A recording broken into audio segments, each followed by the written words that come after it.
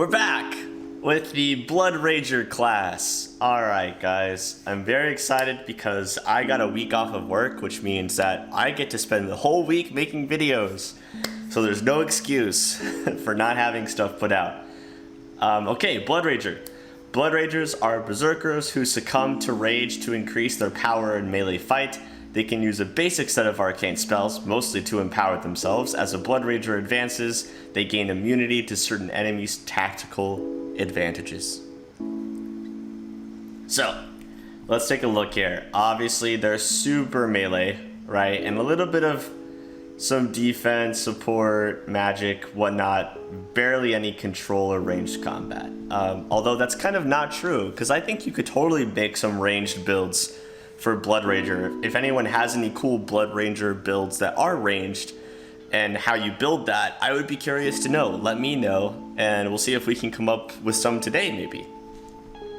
So, also this outfit is just awesome compared to the Barbarian. Okay, your basic Bloodrager. Let's take a look here. So, your basic Bloodrager gets fast movement, okay? They get Blood Rage, which seems like basically the same bonus as just raging. +2 to melee attack rolls, melee damage, thrown weapon, will saving throws, -2 to armor class, 2 temporary hit points per hit die. So that seems pretty similar. Can use it a number of times equal to 4 plus your con modifier. You can Blood Rage for 2 additional rounds per day, each at 2 additional rounds per each level after first. So, okay. Bloodrager proficiencies, so simple, martial, light, medium armor, shields, so no heavy armor for this particular archetype here. Spells, you get up to 4th level spells. Yeah, you barely get any spells. It's kind of like you have a handful of magic to use, and most of it you're gonna want to use like support or transformation type spells probably. I think that's going to be the best stuff, like Stone Skin, False Life Greater, Enlarged Person Mass, Beast Shape if you're into that. Things like that I think are going to be best. Because for anything like Controlled Fireball or Ice Storm or anything, or Shout, you're going to want to have a better spellcasting modifier, and the only way to get it high enough for that to be really effective is if you take hits to your physical stats. It's hard to have multiple be really, really high. So probably not worth the trade-off when you can just use like the, boost the buffing spells and the transformation spells. Oh, Mirror Image would be really sick though. Yeah. Uncanny Dodge, okay? Uncanny Dodge, as we've discussed in previous videos,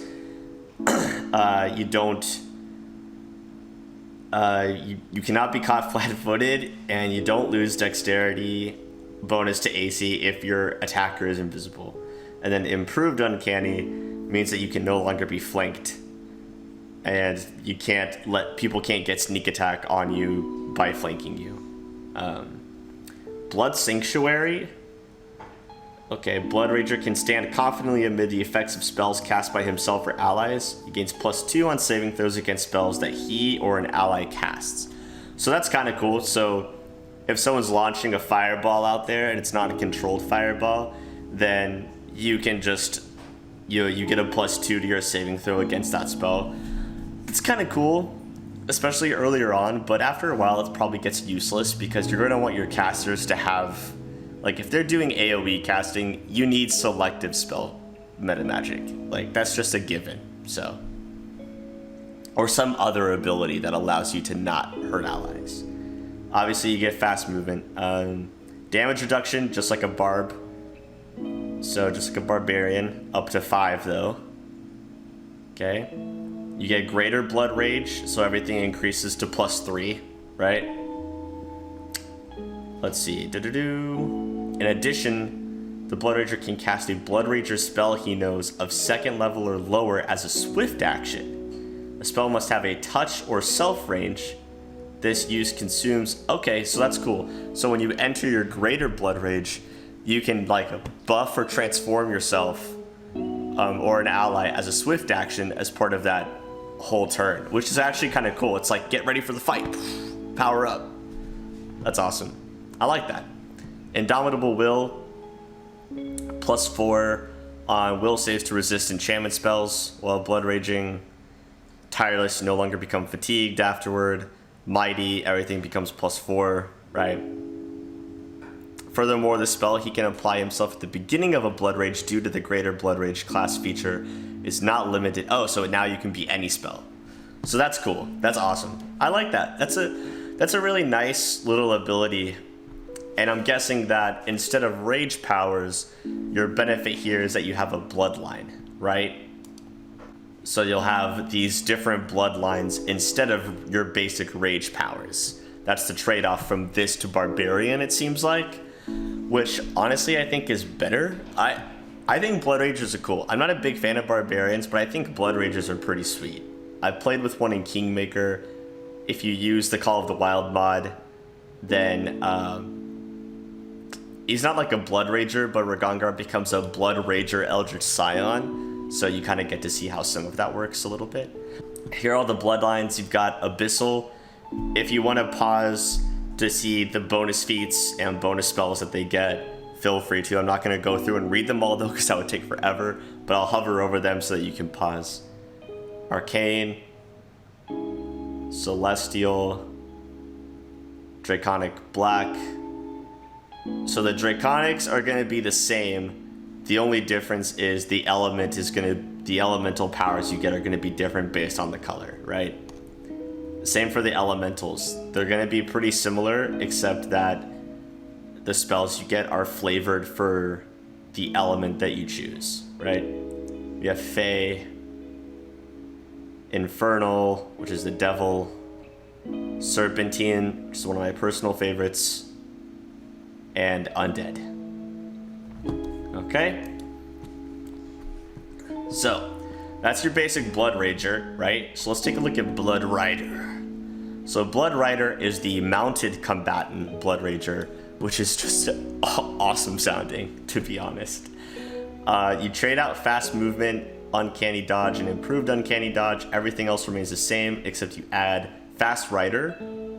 So speed of any mount increases by 10 feet. That trade-off makes sense. Why would you want your speed to increase when you're going to be riding a mount anyway, right? At 5th level, you get a companion. If a character receives an animal companion for more than one increase in size, okay. So it can be a horse. So it has to be a horse, which is kind of unfortunate, but, you know. And then you get Feral Mount. This ability functions as a druid's animal companion using the Blood Rager's level -4 as his effective druid level. This companion must be one that he's capable of riding. The Feral, whenever you're Blood Raging, the mount gets a +1 to attack and damage rolls. That's a morale bonus. So that's cool. They also get a bonus. So basically what happens is it has to be a horse, and you're gonna get it at 4 levels below you, which means you're gonna want to take Boon Companion feat to bring the mount up to your level. If you take Boon Companion, the mount will be right at your level, although they level differently in general, but it won't be 4 levels behind you.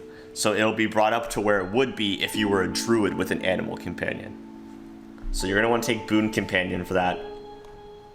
And then again, you pick up Bloodline. So pretty minor change. I think in this game, mounted combat works really, really well.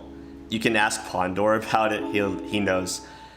So I think this, in my opinion, is just kind of, so far, Blood Rager plus, because mounted combat is great in this game. Also, don't forget, Blood Ragers use Charisma. Anything with a bloodline is pretty much going to use Charisma, so don't forget about that. Green Rager. I love the Green Rager so much. So what happens is you get rid of the Blood Sanctuary for Unfettered Fury, which allows you to move through undergrowth and with frightening speed. So any sort of difficult terrain, you can move at normal speed without taking damage or suffering any other impairment. So if someone does spike growth, you can just nothing. You don't care. You don't care. Then you get Summoning Rager. I love this class so much. This archetype is so good.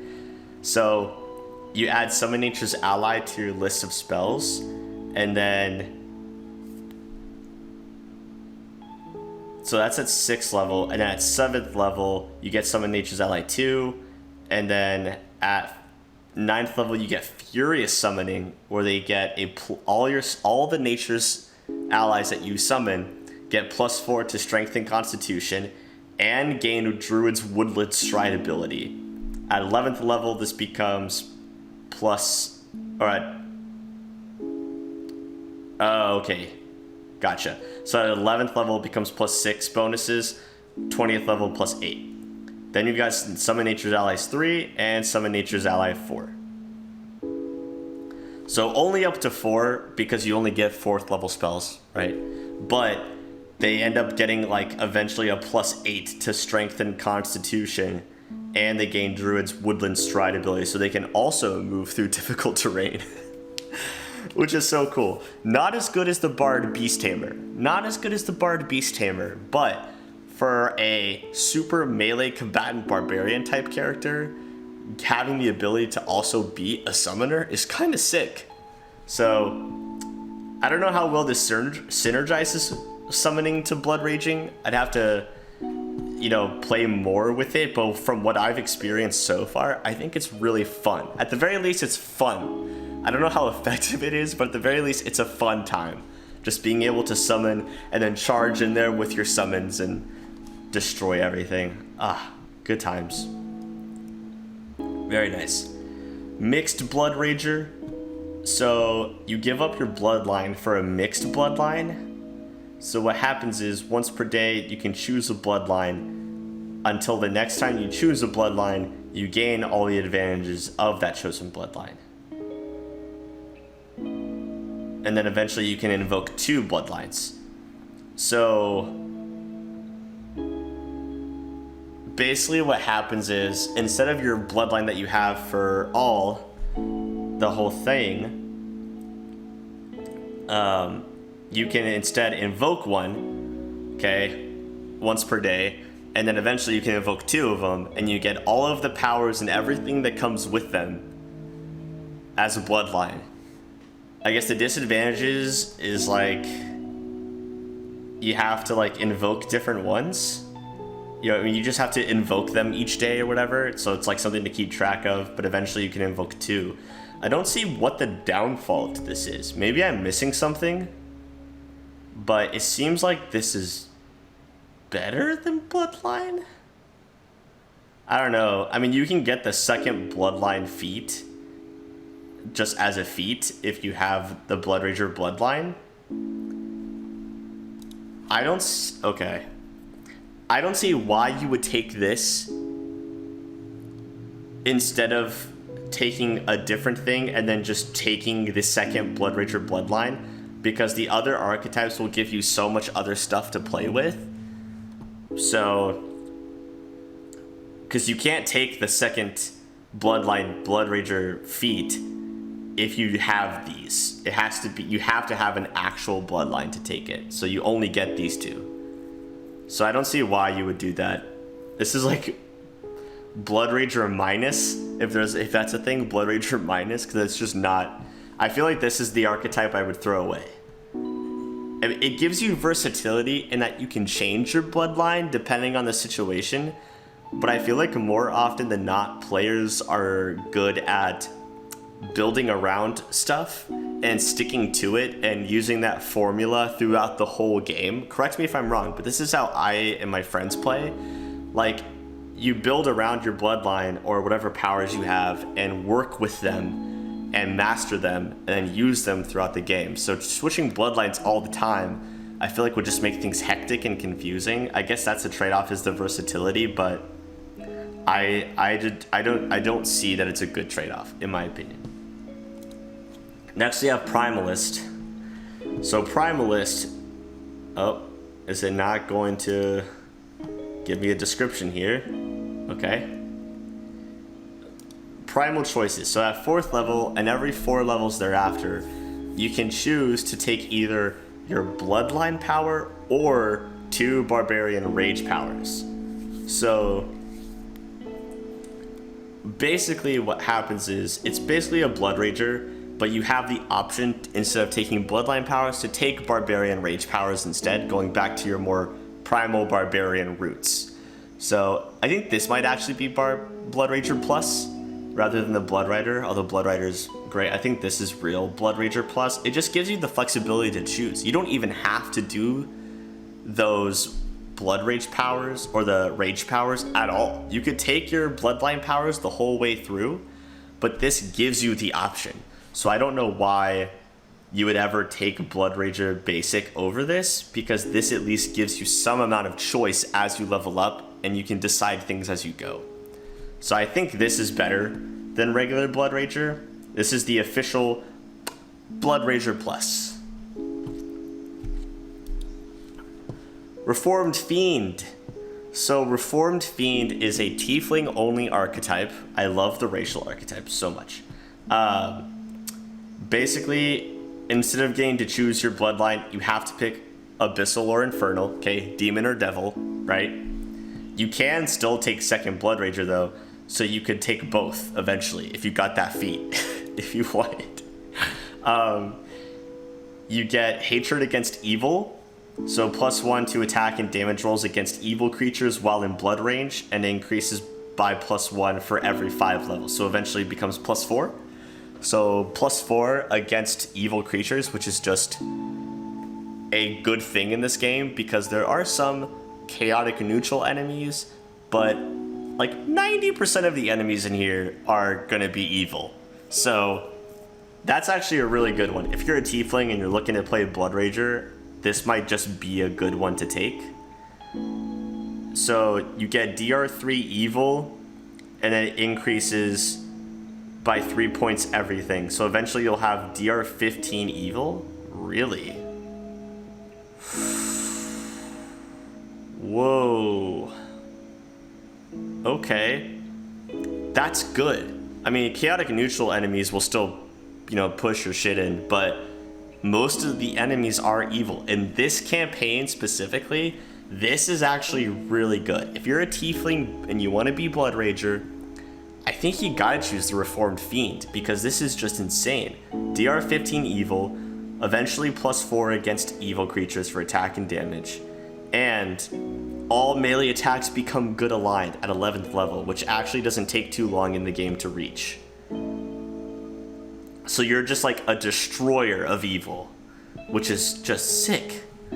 So yeah, if you're going Bloodrager and you're tiefling and you enjoy it, this is the mood. This is what you want right here. This is awesome. Very cool.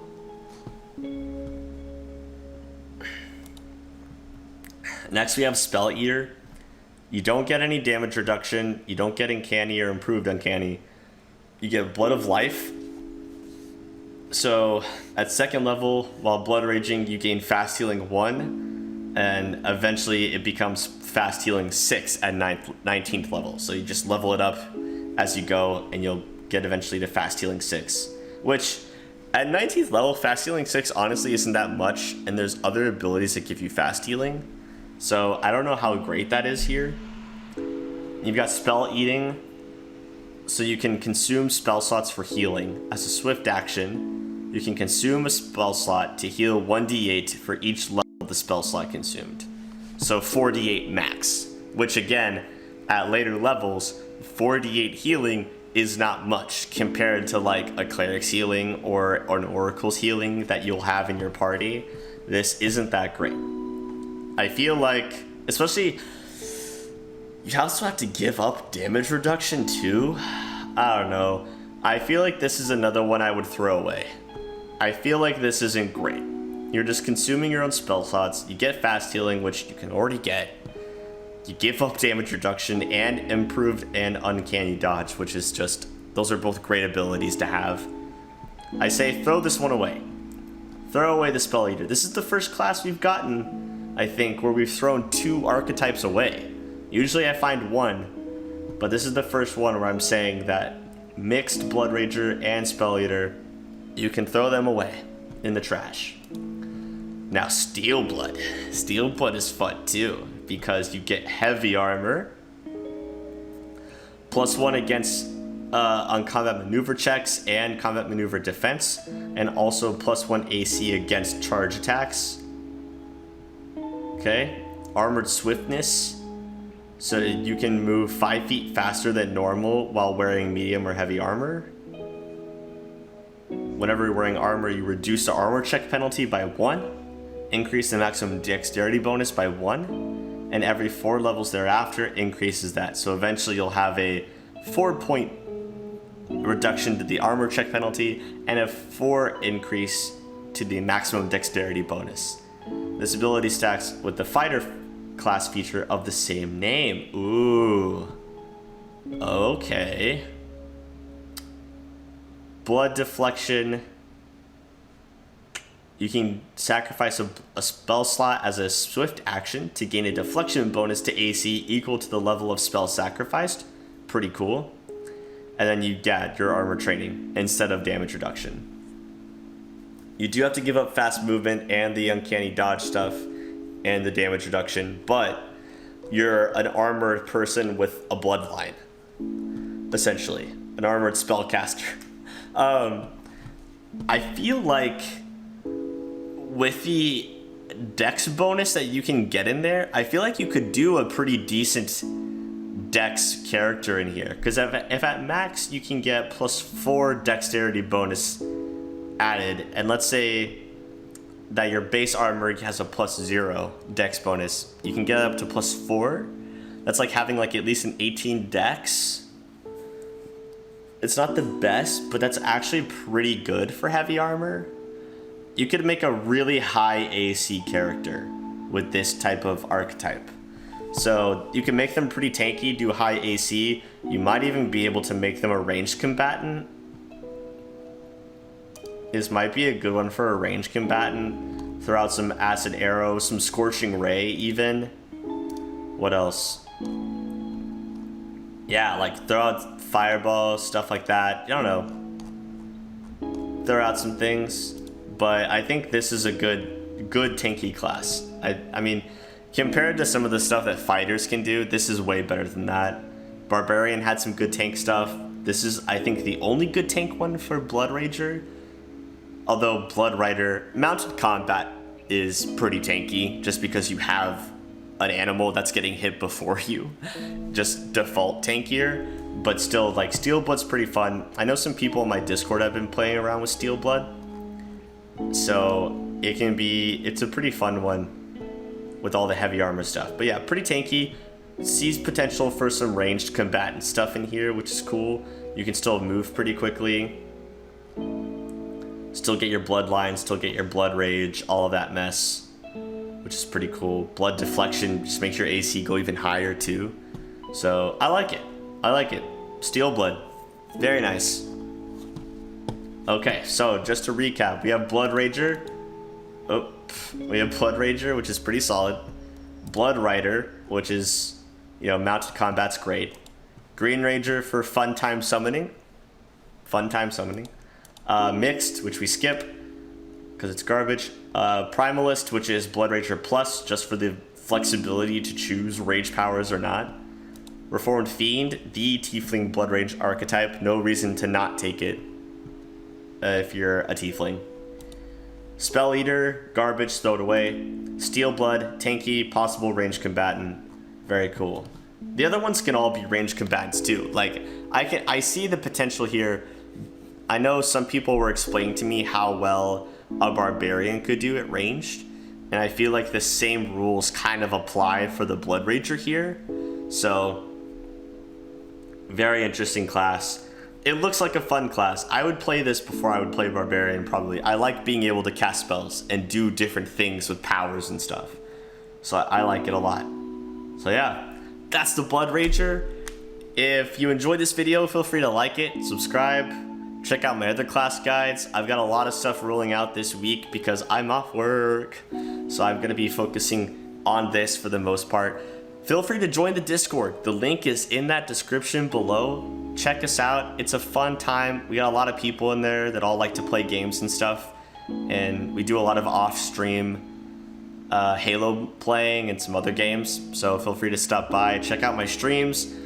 I generally stream Monday, Tuesday, Thursday, Friday, Saturday, Sunday. But I'm not streaming this week. While I'm off, I'm only making videos. But you can catch out my stream starting next week back up. And yeah, anyway. I'm UnsungNPC. I hope this video was helpful to you. If you have any cool build ideas for the Bloodrager, let us know in the comments below. And I will catch you guys in the next one.